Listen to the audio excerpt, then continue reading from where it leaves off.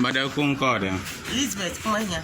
Oh, Madam Lãdzralawo aloko soa miatoya. Miatoe. Okay.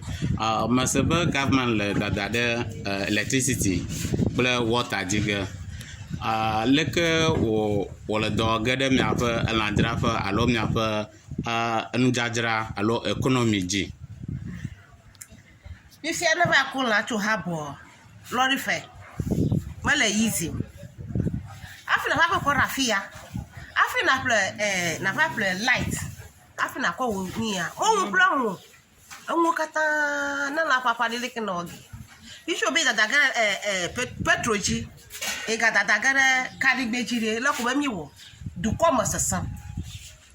Yi wɔ mi le afi mia viwo dzi kpɔ. Fifia school ha obasa. Ɖeviwo le aƒeme wo gbeno. Wo shi fim. Wo fufɔ. O fofo ŋutsu ame ye o. Azo dzilatɔ. Ade awo kele le. Afi akɔkpo. Akpo ɖevia dzi. Wata. Etsi meli o. Etsi hã bila go. Ayi bobo. Lɔɖi mɔ.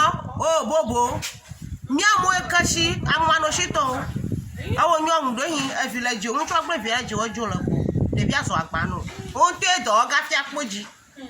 Fifia na dada na wo dzi le ke dɔ gafi yi gafi na akpo ɖevio dzi. Sukua kata kɔtɔ. Fifia ne yina na ko va holon. Ova holon. Akɔ dɔ mi. Kaka na sɔrɔ fi ko dzi ko chachu ba krakrakra wo ko gashi. Le ka ga na. Dukɔ mo sesem tu ma cha pa. Ni da kuku ni.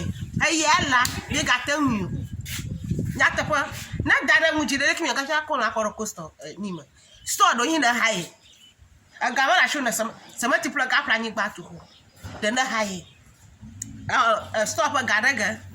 Afi ko store afa la. Na la papa na lokɔ fu gbere. Leki no wo ga afi akpo ga afi ga chashi. Ka ba de na yin no ga. Awa because no nyɔnu. Na mo wo dore leki no ga afi akpo vi oji. E choma gba. Ya la shilo. Mi amu ka ma le mi asho mi fukpa. Kɔpɔ mo. Kɔpɔ to ho fukpa. Omo manyu. Echi jada mu.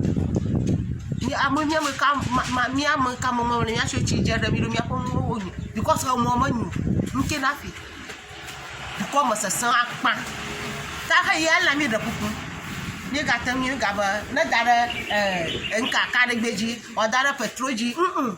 Na ro bu cho fi akɔ ya fi o ko ga shi gbogbo. Leki no ga cha church. Afi akpo vi wo ji. Agba ye to ho fu na mo leki no ga. O ha na le pure tarata. Nigeria akpo wa si ga plom le de.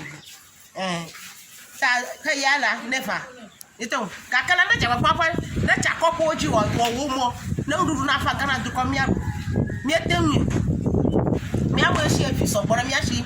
O ma to ma da o ma dro mo wo mi etemi.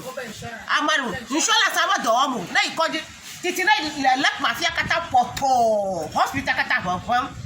Poto mro ya ne so mo fa kam na ne so ta mo ko do wa na ya na ku ma do ko ra shi mo na ku. Na je papa hospital ojagba. Ano for have na doctor kple nurse kple do ju le dukɔm. Nke jo afi. Mi ma dukɔm de mi va. Ni kata o ba asunjue. Asunjue o be va na asunjue na wodo. Kana dukɔm mi fu kpa makpa. Mi ava ku. Mi amo kukumlo. Na ifi diga lekma. Oh, o ba plani ma. Amo na se do hin chu ya do fi. Ma le jilashi o. Jilama do mo de le ko. Ava holo. Ala fa mo ko kashu, ava no yin. Lo to ba kekekekiri o ba da anko po ko ji. Nke na fi ye duplola ye wi tabi ra kuku na adu amasaso apata na adu amena bobo na mi vi. Okay. Akpekaka.